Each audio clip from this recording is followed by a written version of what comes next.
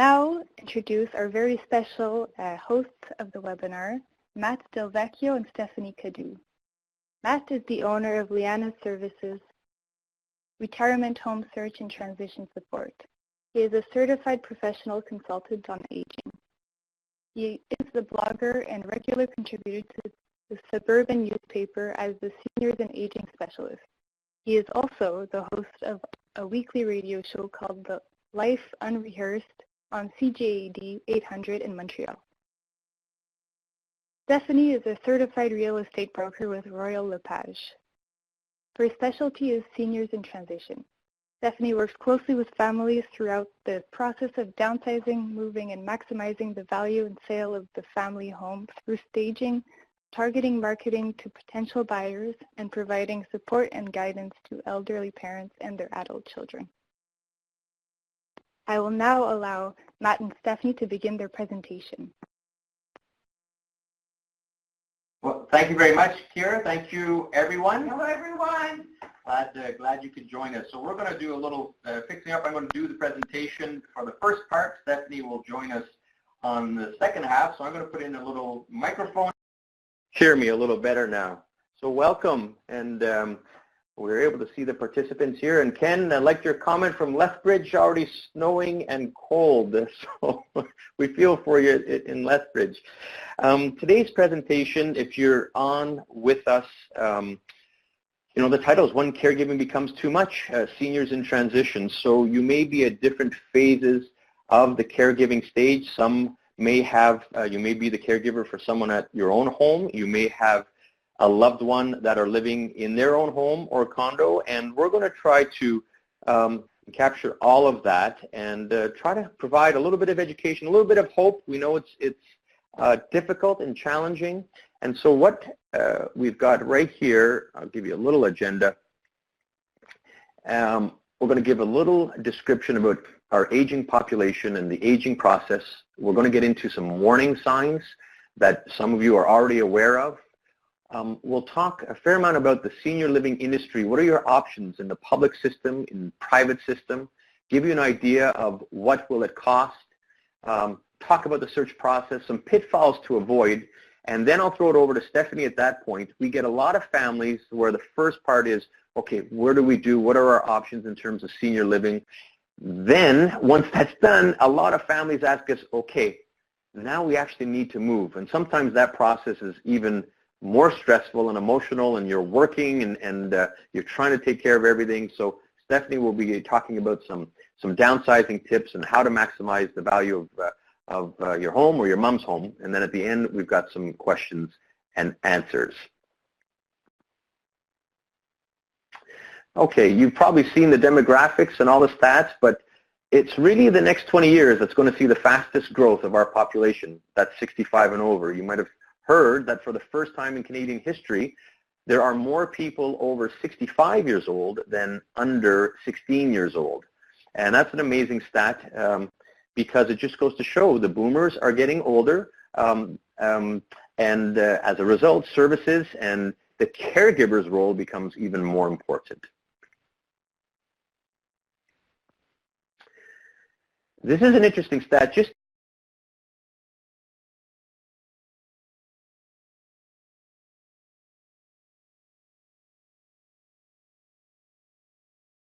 to give you a perspective across the country, because we know we have people on the line here today right across the country.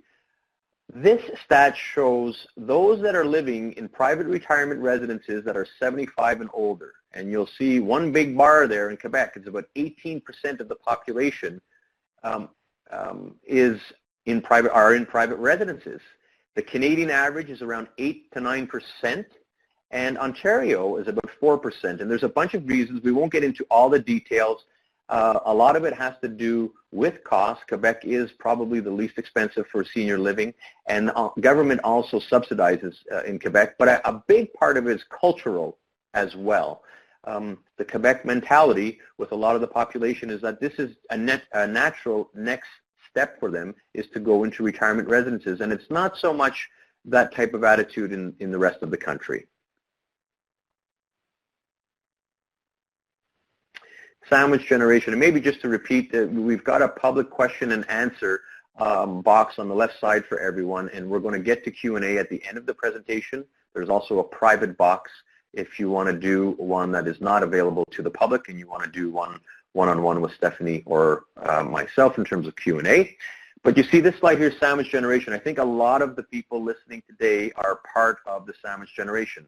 We're trying to take care of our own kids and our own family life, and we also have the responsibility of our loved ones. It could be about our moms and dads, could be about a spouse. So there's a lot of pressure on the sandwich generation in terms of the time commitment, the additional stress, both physical and mental stress, and as a result, there's a lot of questions regarding, what can we do in terms of perhaps the next stage of life for mom or dad. Now, some of the warning signs we'd like to make you be aware of. Many of them you may already know, but we want to emphasize a couple of them because it may not be a situation now, but down the road, you may want to look out for some of these warning signs. First and foremost is why you're on the line today. Caregiver stress is one of the biggest warning signs out there that, as much as we care and love our loved ones, moms, dads, sometimes what happens is the caregiver ends up getting sick even before mom and dad. I use the analogy often about the airplane. When you're taking an airplane and the oxygen mask, always put the oxygen mask on yourself first before other family members. And this is an important part to remember. All of you are going through these phases. It may be more stressful at times, and even in a week or a daily basis, and you go through these motions. And please be careful of yourself. This should be one of the key warning signs that your stress, it's affecting yourself personally. It could affect your family life, your marriage. So you don't want to get it to a point where at the end of the day you need to worry about yourself first and foremost while you're still trying to care for your loved one. Other warning signs, physical. We deal a lot in situations where there may be mobility issues, where mom or dad are living alone and they have to navigate stairs and they become an issue, higher risks of falls or slips and falls.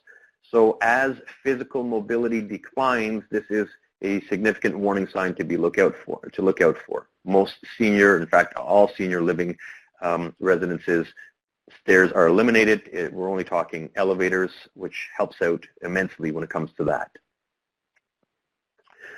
This is probably familiar with a lot of you, a warning sign being cognitive. And when we define cognitive, it could be two ways. There's just the aging process. As one ages, cognitive decline is only normal. However, many of you are probably experiencing a loved one with dementia or Alzheimer's and more significant cognitive issues. Very challenging, very difficult on caregivers.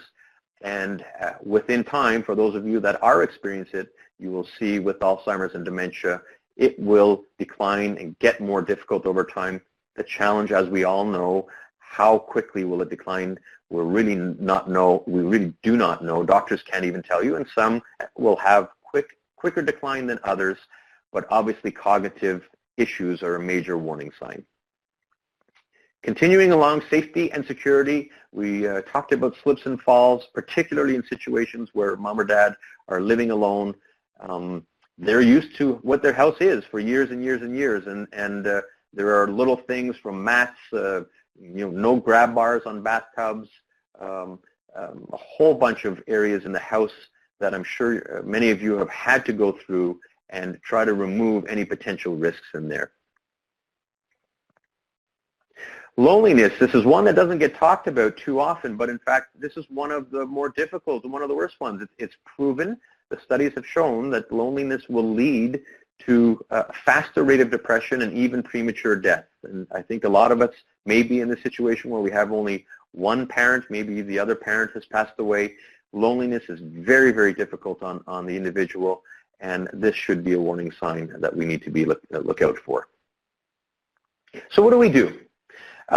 It's a big step. I think we can all recognize to actually move from the family home or a condo into, we'll call it a senior community or residence, not easy at all. So perhaps one of the first steps you are looking at is let's get some support at home. And many of you probably already have a caseworker from your local health authority. If you don't, we highly encourage it, and this would be in the public route that we're talking about. I know we have people from across the country, but in Quebec we call it a CLSC, in Ontario it's CCAC, now known as LIN, Local Health Integration Network. In BC it's the Home and Community Care Office, and all across the country. First and foremost, see what resources are available for you locally in the public system to get some support at home. Over and above that, and for those of you that are in the middle of this process or already going through it, you know what it's like. Their resources are stretched. And you may need 10, 12, 18 hours a week, but you're only getting 3, 4, 5 hours a week. And it's a battle. So a lot of clients will tend to top it off with some private home care companies. They're all over the place. So we encourage you to look at that route. It will cost more, it's private, but for your own peace of mind, you may want to top it off if you need additional hours by going through some private home care companies. Now let's say, home care is just becoming too much, it's too costly, and you want to explore some senior living options. We're going to talk about several things. First, most important thing is being proactive versus reactive. We always encourage trying to be more proactive. The fact that you're on this call today shows that you are being proactive. Unfortunately, in Stefanie and in my world, the majority is reactive. Something has happened. There has been a slip or a fall, or someone has been hospitalized and the doctor has said, you know what, mom can't go home anymore and we need to find a retirement community quickly. Those are more challenging. There's sometimes waiting lists. You don't have the best choice. So we always encourage people to be proactive. We're going to discuss a little bit about the search process through senior living, the transition process Stefanie will talk about, and let's talk right now about senior living when it comes to public versus private. Now, in the realities of senior living, if we're going public, you need to go through your local government authority, the ones I had mentioned before. Usually you start with your caseworker or your social worker. They're care coordinators. There's a bunch of different names from them. And you explain the situation to them. Most likely, you may be getting home care from them already, so they may already have a file. If you don't, start the file. Even if you don't need it right now, we encourage you to start the file with your local health authority, because there are long waiting lists, and even just to get a hold of them could take 2 to 3 months. And another word of advice, and which comes up on the next slide here, admissions are based on priority. So, it's great in Canada. We have a good health system. We take care of our own. However, I think you hear it in the news every day, resources are stretched thin. They base things on priority. So you may have a situation where you have a spouse or a mom or dad with Parkinson's, and you're at the house every day or every second day, and it's a pretty challenging situation. Unfortunately, the caseworker might look at that as, well, mom had support with a child. That is maybe less priority than the 94-year-old mother who has children living out of town and is completely on her own and vulnerable. So everything is based on priority. So our recommendation is, and unfortunately in this world, the squeaky wheel gets the grease. We know you want to support your loved one, but try to create a scenario where it's challenging. And the reality is, if you're on this line, it is challenging. You need to let them know about your personal situation. You can't be there all the time, and whatever we can do to increase that level of priority.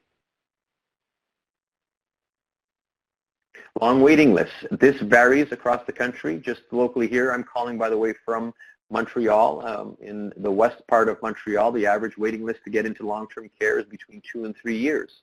Ontario, also similar. I've heard some nightmare stories of even 4 and 5 years of some of the ones that are very popular. And you're going to get that across the country. I don't want to paint a bleak picture. Higher priority cases will get quicker admission, but the bottom line is there are long waiting lists, and that's the reason we encourage to start the process earlier rather than later. Budgets are stretched. We've seen that. I think in Ontario, the food budget is around $8.33. In Quebec, it's a little less, and we're talking daily food budget in public long-term care homes. In some situations, prisoners have a higher budget for their daily food. So you're hearing it again. They go to a quotation system. It's always RFPs, and so they're always looking to cut dollars. So it is very, very tough in that environment. However, I don't want to mislead in any way. You are still going to get good care in the public system. And God bless the employees in the public system. They are doing the best they can under limited resources. There are many cases, though, where families either don't want to go into the public system at all, they want to choose some private routes, or they'll go into private senior living while being on the waiting list in the public system. So what we're going to talk about here, just quickly on some costs, and I tried to do a national cost. These are all governed provincially, but to give you a range, now this is public, for a private individual room, monthly costs will range somewhere between $1,750 and $2,200, in that range. Some provinces may be slightly different. Many of them are shared bathrooms, so you have 2 beds in a room or even 3 or more beds in a room, and the price will go lower.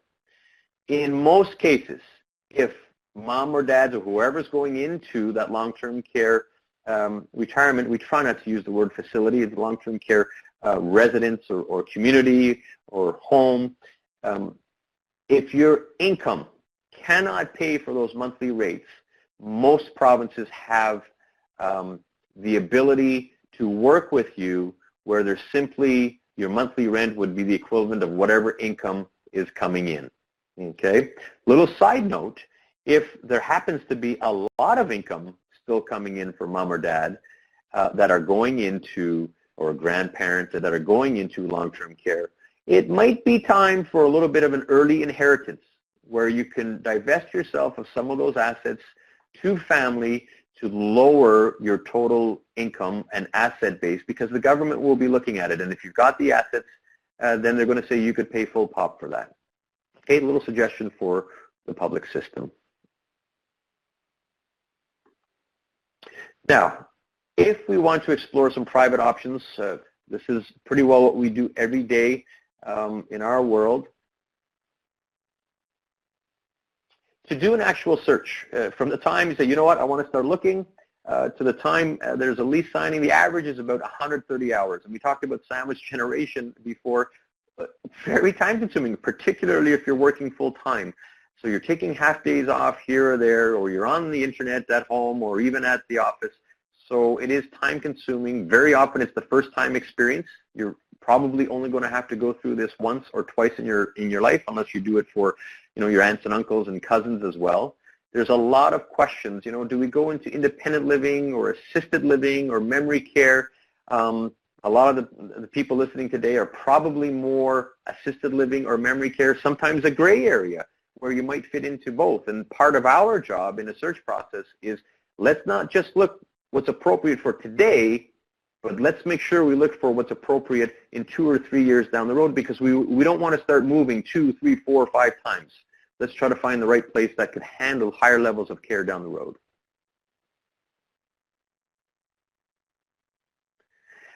I put senior community bias. What I mean by that is, whenever we go on tours of any retirement residence, pretty well guaranteed they're going to say they're the best place in town.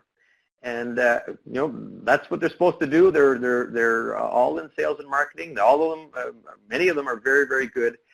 But it's always nice to have a third-party neutral opinion, and this is part of what we would do at our end as well. And at the end of the day, it is an overwhelming process. It's confusing, stressful, emotional. Sometimes you don't make rational decisions in this process, and we always try to step back, be a very neutral voice, be that third-party reasoning for you, and try to act as an extension of your family through this process. Now, in terms of costs for private, again, I'm trying to take national costs. absolutely the cost will be more expensive. For independent living, you'll see big ranges, and a lot of it is depending on how much care and meals you would require. So for example, independent living, as low as $1,500, that's if it's truly independent living, you're on your own, there's no meals, there's no care, but you want to be in a retirement residence, you can go as low as $1,500 in some provinces. It's probably closer to $2,200. It can get up to $4,000 a month, because if you want your 3 meals and you want some additional care in independent living, it can get up to those amounts. Assisted living, what we mean by this could be more physical, mobility-related issues. You might need time to help get dressed in the morning. You might need help with your meds to make sure the meds are being taken in the right quantities and the right amount. This is more assisted living. Obviously, more care is required. None of them are going to try to gouge you. That's not how this industry works. All of them, many of them, most of them, I'd have to say, are very legitimate. It comes down to labor. The more care, the more meals, the more people that have to take care of mom or dad, the more cost it is, because there's more labor, and that's why assisted living adds up. And then with memory care, very heavy levels of care, sometimes 24/7, sometimes in and out of bed. We're probably dealing with incontinence, fecal, urinary. That's additional costs, med management, and this is why memory care in private could add up quite a bit. Now, some other points to consider. I know that's a lot of dollars that we're talking about, but we always like to remind everyone some of the costs that will disappear when you're moving from home into retirement living. For example, say goodbye to the property, school, and water taxes. By the way, there's no taxes on your monthly rent when you're in retirement homes. Your utilities are usually covered. Most of the time, cable and phone. Sometimes internet is required as an additional cost, but some included. Anything you're doing for home maintenance, well, no longer required. Security, if you're paying for a security system for fire or burglaries, that disappears. Your groceries and meals, if you take a meal plan, well, there's no more buying groceries and meals. Yeah, there might be the occasional perishable item that you want to keep in your mini fridge, but your cost for food will certainly go down. Some people choose to hire housekeeping laundry in-house. If you have a house cleaner that's going there, they could usually get transferred over to the retirement residence if it's nearby. Transportation, for example, I would say in more than half the cases, if mom or dad is driving, they choose to get rid of the car now. So there's no car expense, there's no insurance. By the way, car insurance could add up, and that disappears. You do need home insurance, though, in residences, because you still need to insure any valuables. Mind you, it'll be less, but you will need home insurance going into any retirement residence. If you are in Quebec, this is the one province that gives an additional tax credit to the tune of 10 to 15% of your monthly rent. The government of Quebec has decided that there's no more room in hospitals and long-term care, or there are very long waiting lists, so they've subsidized the private retirement community. So they will give you a monthly deposit into your bank account at anywhere of 10 to 15% in Quebec. We're trying to advocate, and I think everyone should start advocating for more support at a provincial level wherever you are, because let's face it, resources are thin right across the board, and if there can be more support of the private community to help you out financially, I think it's a good thing for everyone. Now, a couple quick benefits. A lot of people ask, okay, well, this is a big move. Why is this incredible trend of moving into senior living residences so popular? Well, this is a line I'd have to say we get the most often. I wish I would have made the move a couple of years ago. And that line is either coming from mom or dad that have made the move, or it's coming from the caregiver that has been experiencing all the stress, but now they're able to go to a residence. They still care for mom and dad dearly, but you can go back home and you have that peace of mind that if there's a slip or a fall or something were to happen, there's usually pull cords in each individual room. A nurse will be there within minutes. And just from that peace of mind perspective, we get this comment a lot from caregivers. Other benefits, social, it's proven. Whether you have physical decline or cognitive decline, the more you can increase your social activity, the healthier you will be. And you certainly get that in retirement homes. Chock-a-block activities, you get their calendars, and it's unbelievable how many of them have fantastic activities. Obviously, you're going to get healthy living and proper care in these environments. You don't have to worry about as much, and usually you could increase your levels of care as those care needs increase. Atmosphere and environment, very often it's a much better atmosphere and environment than being alone. Lots of things, they're making new friends, and the staff is there recognizing their needs, and they do a great job. You don't have to participate in any of them, but they do a really good job of integrating anyone new into their residence. Safety and security, we've talked about as well. You get a lot of that in the retirement homes. And the big one, for those that are living at home, you're ending the burden of home ownership. You know, sometimes maybe a spouse has passed away a few years ago. They're living in the family home, but it's simply just becoming too much. And then it becomes time to look for something else. Quickly, for pitfalls to avoid, try not to wait too long. We talked about proactive versus reactive. You're putting yourself in a position when you're being proactive, particularly when it comes to a place that you really want to go to, and if there are waiting lists. At the other end of it, though, rushing into a move. Try to prevent yourself from rushing into a move. Don't be in that situation where you're getting a call from a doctor saying, Mom has to move next week. We don't want to rush into moves. We want to be able to have the luxury of time on our hands. Geographic convenience for adult children. This is a sensitive one. The reason why we have this is obviously adult children are influential as to where mom and dad go. The ideal scenario is you find the proper care levels for mom or dad that are nearby the adult children that will be visiting them. But we've seen cases where the influence of the adult children, they might be 50 kilometers away, and they say, Ma, you're closer to us, and the kids will come see you. But the reality is mom had a good network of friends and a social life where she is now. She lives in that new retirement residence 24/7. And if it's offering better care, that's not worth at the expense of moving 50 kilometers away to be closer to the kids. So that's the only thing we want to mention there. Ideal scenario, close to the adult children with the proper levels of care. And the last point there is finding the ideal retirement home on your own. Whether it's our services, there are other services that are out there that can help you, guide you through this whole entire process. Okay, now we're going to transfer it over to Stefanie here, who's going to be talking about the transition process, because as we mentioned, a lot of families say, great, we found the right place. Now we've got to deal with the downsizing and the sale of the family home. And so here's a couple transition tips that Stefanie will be talking about. I'm just going to pass the earphones over to her. Thank you. Okay, hello everyone. All right, first I need to apologize. You'll hear from my accent, and I'm also the French department in our business. Okay, so time sensitivity, that is crucial. This goes back to what Matt was saying about being proactive instead of reactive.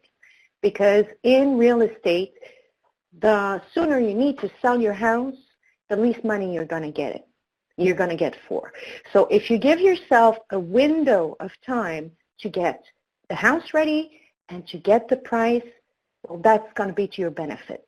We're going to talk about sale of a house or of a condo, downsizing process, which is not as heavy as it sounds. The move, and also psychological and emotional challenges, because change is always hard. Change is always a challenge, but it doesn't have to be negative. Thank you. So downsizing, what a nightmare for a lot of people. The question that I hear most often is, where do I begin? Well, you begin one step at a time. Less is more. Why less is more? In an effort to sell your house, what you have to do is show it.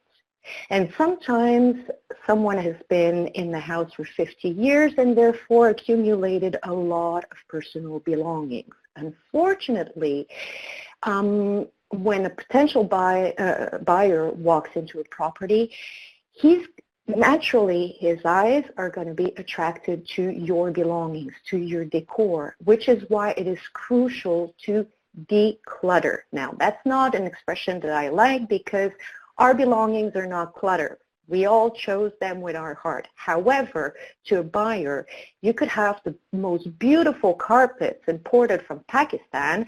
What he's buying is your hardwood floor. So that's what we need to show him. So less is more. Less stuff in your house translates into more money. Also, less is more. The less doubts that a potential buyer has about your property, has about the condition of your property, the bigger his offer will be. So, for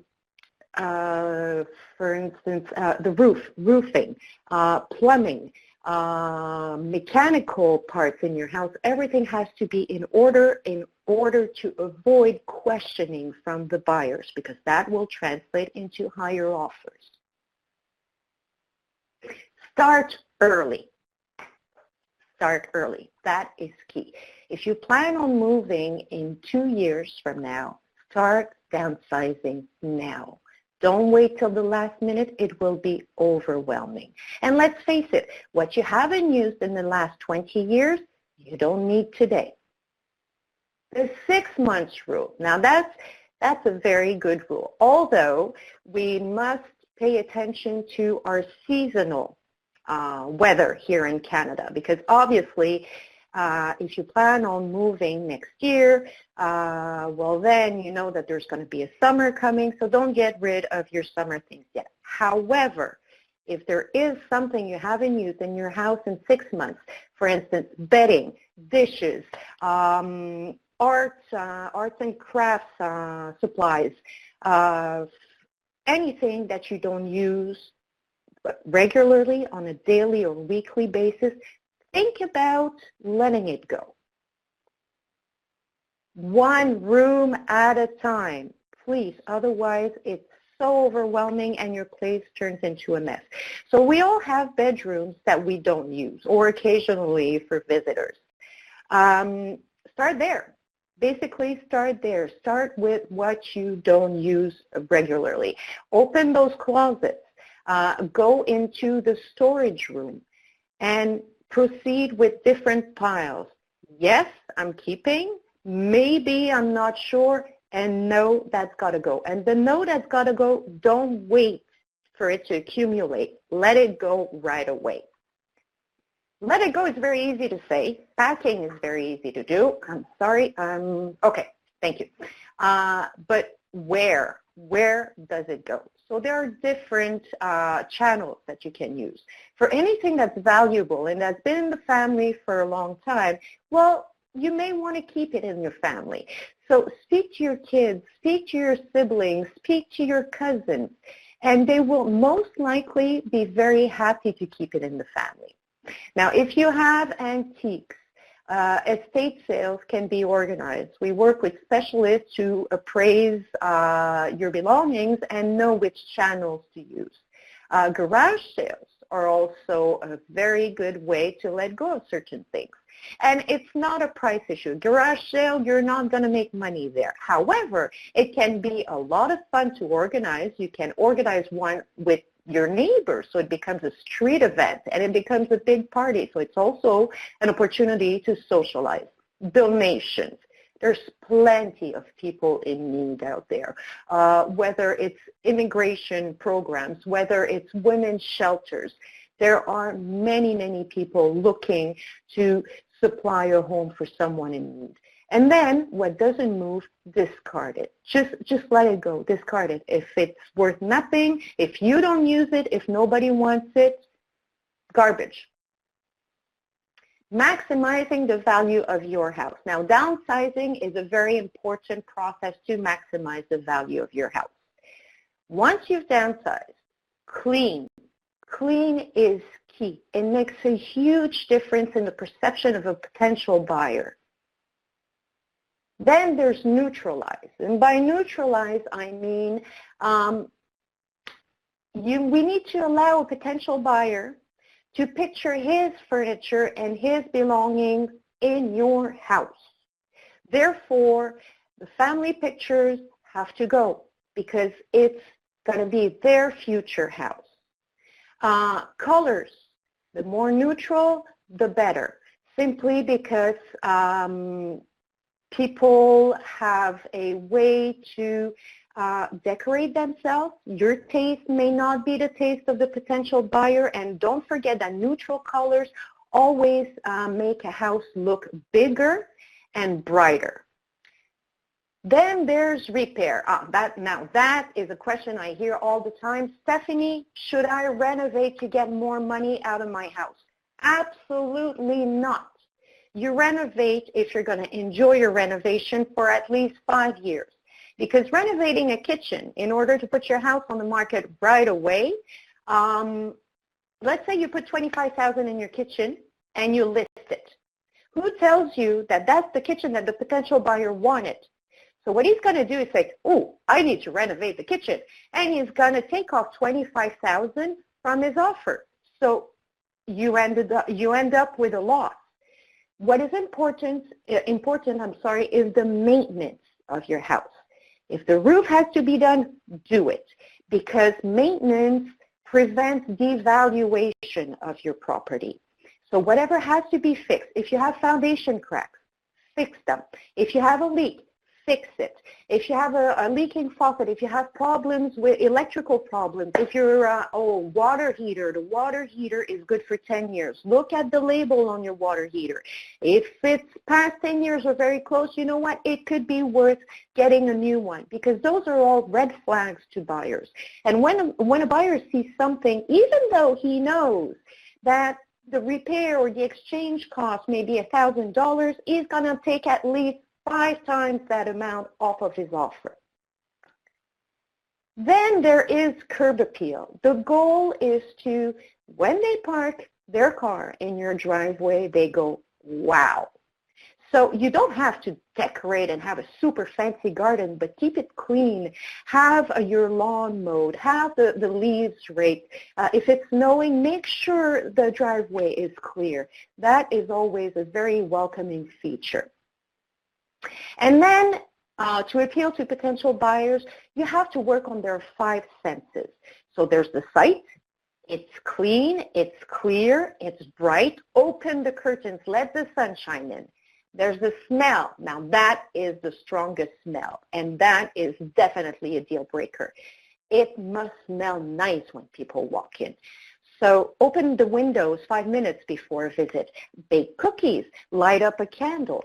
But any smell of humidity or the pee-pee from your dog, or that has to go. Then there's hearing. Have music put to create an ambience. No hockey, please. No news. No hockey match. No, hockey is a big no-no. So make it pleasant. Create a nice ambiance, sense of touch. When people open doors, when they touch your door handles, they must be clean, not sticky. People will touch your kitchen counters, not sticky. So clean is key. And then for the 5th one, sense of taste, this is what I do in open houses. I welcome people in what could be their future home. So I serve coffee, I serve drinks, I have cookies, I have cake, and then they sit. Everybody loves free food, so they stay longer just to get a cookie. And then we start talking and engaging, and they stay longer in a house. And we all know that there are ladies out there, when we stay longer in a store, we spend more money.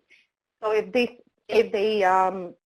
stay longer in a house, I'm sorry, we have a phone call coming in. They stay longer in a house, chances are they're going to get more interest in the property. Attitude and approach. I love this picture. Why? Because it seems like such an overwhelming process. However, it can be such an opportunity to bond with our family. Involve the grandkids, involve the cousins. Go through mom and dad belongings. And I'll give you an example. My grandmother was 99, and a few years ago, she asked us to come and help declutter her closets.